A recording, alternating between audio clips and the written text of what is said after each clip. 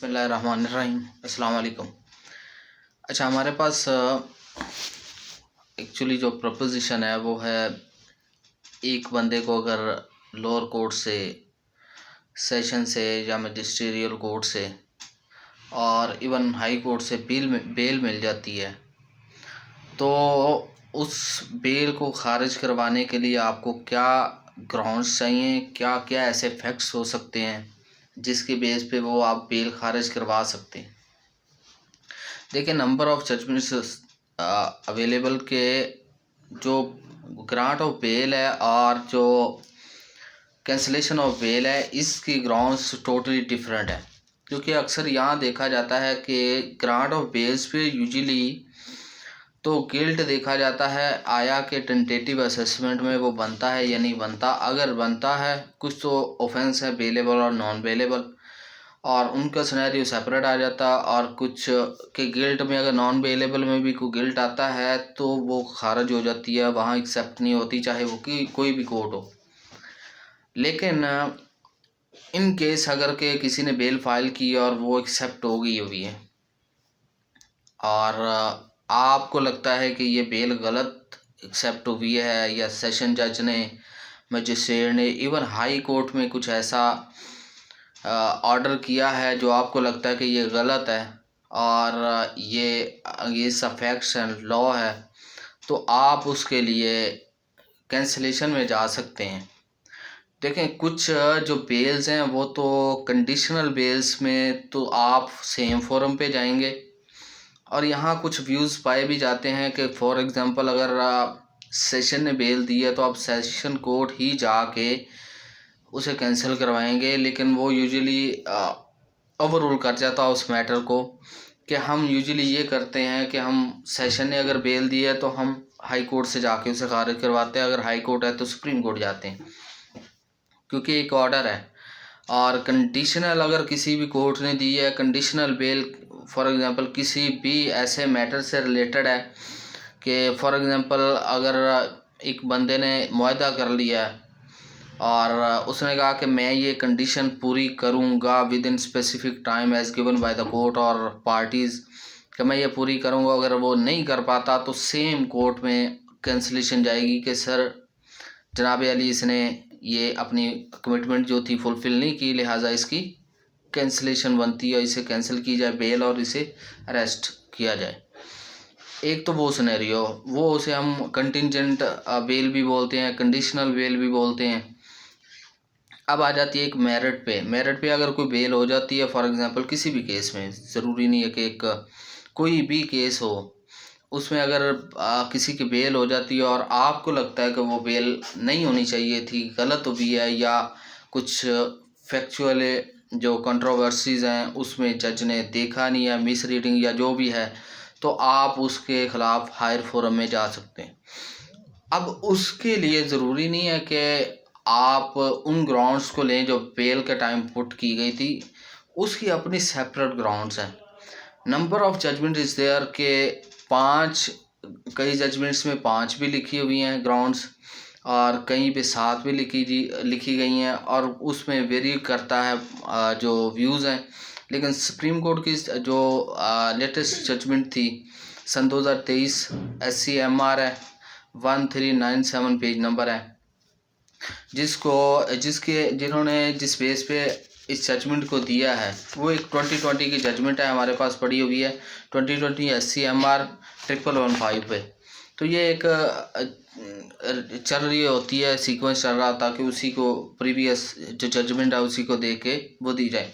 अब हम डिस्कस करते हैं कि वो 7 जो ग्राउंड हैं वो हैं क्या, वो कौन सी ग्राउंड्स है जिस पे आप बेल खारिज करवा सकते हैं। तो उन्होंने लिखा हुआ है, if the bail granting order is patently illegal, erroneous, factual incorrect and has resulted into the miscarriage of justice, कि आपको लगता है कि अगेंस्ट अ फैक्ट है, और जो FIR है, जो मटेरियल्स है, जो स्टेटमेंट्स है 161 की, 164 की, चाहे जैसे भी हो कोई भी केस में, कि ये ऐसे नहीं होनी चाहिए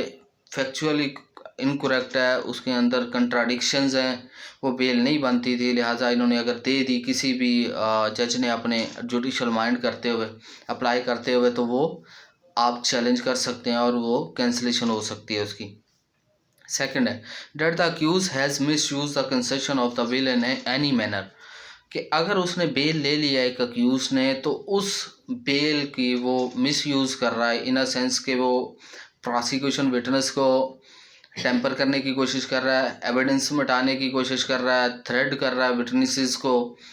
और या फिर कोई ऐसा एक्ट कर रहा है जिससे जो मुद्दई पार्टी है वो इन डेंजर आ रहे हैं, उनकी लाइफ इन डेंजर है, तो वो भी कैंसिलेशन हो सकती है, सब्जेक्ट टू द कि आपके पास उसकी प्रूफ लाजम हो, ये ना हो कि हम सिर्फ बातों पे ही जाके कहें कि ये इस तरह होता है। That accused has tried to hamper the prosecution evidences by pressurising,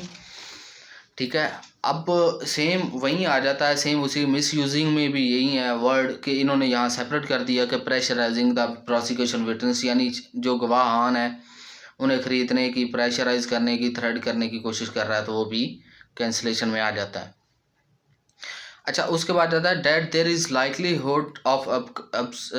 अब्सकॉन्डिंग्स of the accused beyond the jurisdiction of the court. ये होता है जिसे हम मफरूर मुल्ज़म कहते हैं, यानी एप्रीहेंशन है कि ये बंदा जिसे हम जो बेल दी गई है ये आउट ऑफ द जुरिस्डिक्शन चला जाएगा, यानी आउट ऑफ जुरिस्डिक्शन तो कोर्ट की फ़र्ज़ करेगा लाहौर में बेल है तो वो कसूर भी चला गया तो आउट ऑफ जुरिस्डिक्शन बन जाता है, लेकिन हम यूजुअली इस चीज़ को नहीं लेते,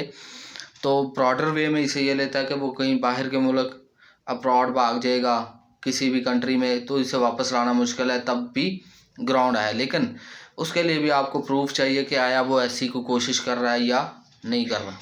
that the accused has attempted to interfere with the smooth course of investigation. अब यहाँ एक आता है कि इन्वेस्टिगेशन, अगर आईओ एक इन्वेस्टिगेशन कर रहा है, तफ्तीश कर रहा है, तफ्तीशी जिसे आप बोलते हैं आईओ,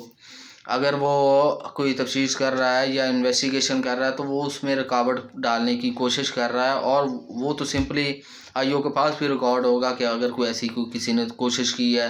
ब्राइब करने की कोशिश कर रहा है या कुछ भी होता है, तो वो भी ग्राउंड बन जाती है आपकी। That the accused misuse his liberty while including into similar offences, ये सबसे इम्पॉर्टेंट होता है, और इस ग्राउंड पे बेल का खारिज होना 101% होता है, ये याद रखिएगा। फ़र्ज़ करें कि एक बंदा इन्वॉल्व है बेल के अंदर, ये मैं एक पॉइंट जो रह गया वो हम बाद में डिस्कस करेंगे कि एक बंदा इन्वॉल्व है, अगर फ़र्ज़ करें 302 में या फिर 324 में अटेम्प्ट टू कमिट कत्ल अमद पे या किसी ऐसी और चीज़ में, उसे उसमें बेल मिल गई है, लेकिन वो विद इन स्पेसिफिक टाइम वो सेम उसी एक्ट को रिपीट कर देता है, ठीक है, तो भी बेल खारिज हो सकती है। यहाँ साथ साथ एक और पॉइंट क्लियर करता जाऊँ, किसी भी बंदे को अगर बेल मिली है और उसी ने उस बेल के होते हुए कोई और एक्ट कमिट कर दिया है, तो वो जो प्रीवियस बेल है ना वो ऑटोमेटिकली कैंसिल कंसीडर की जाएगी, आपने सिर्फ इंटीमेट करना है, वो कैंसिल कंसीडर की जाएगी, उसे वो बेल कंसेशन वापस ले ली जाएगी। That some fresh facts and materials has been collected during the course of investigation which tend to establish guilt of the accused, ये भी एक चीज़ आ जाती है। लास्ट जो पॉइंट है वो ये, ड्यूरिंग इन्वेस्टिगेशन कुछ ऐसा हुआ है या ऐसे फैक्ट्स, ऐसे मटेरियल्स, ऐसे एविडेंस, ऐसे शवाहिद मिले हैं जिससे ये साबित होता है कि he is a guilty, accuse ने ये काम किया है, he is accuse of the offence, जिसके लिए उसे अक्यूज़ किया गया उसने ये काम किया है। पहले उसकी बेल हो गई है, बाद में इन्वेस्टिगेशन कंडक्ट हुई है, चाहे कुछ अरसे बाद या जितने दिनों बाद भी इन्वेस्टिगेशन कंडक्ट हुई है और उससे साबित हुआ है कि he is involve in this offence, तो भी बेल खारिज हो जाती है। अब ये वो स्पेसिफिक 6-7 पॉइंट्स हैं जिसकी बेस पे बेल को खारिज किया जा सकता है, कैंसिलेशन की जा सकती है, अनलेस अनटिल कि कोई और grounds by the superior courts add कर दी जाए, तो वो हम नहीं कह सकते। करंटली सिर्फ इन चीज़ों पे इन 4-5 जो 7 पॉइंट है, इन्हीं के ऊपर बेल को खारिज किया जा रहा है और हो रहा है। जैसे कि मैंने पहले जिक्र किया है कि कुछ ऑफेंसेस ऐसे हैं कि आपने कंसेशन, बेल और कंसेशन ली है और रिपीट कर दिया तो बेल जो ऑटोमेटिकली खारिज हो जाएगी। और नए फैक्ट्स का आना जिसमें गिल्ट का प्रूफ होना है तो डेफिनेट सी खारिज हो जानी है। तो ये चंद गुजारिशात हैं। और क्योंकि अक्सर लोग ये समझते हैं कि जो फैक्ट्स बेल के लिए होते हैं वो कैंसिलेशन के लिए होते हैं, ऐसा नहीं होता। हमारे कई लॉयर्स भाई भी ऐसे ही समझते हैं। उसके अपने फैक्ट्स हैं, अपने ग्राउंड्स हैं, अपने पैरामीटर्स हैं। तो ये चंद गुजारिशात हैं। इंशाल्लाह फिर हाज़िर होंगे किसी और नए लॉ पॉइंट के साथ। तब तक के लिए अल्लाह।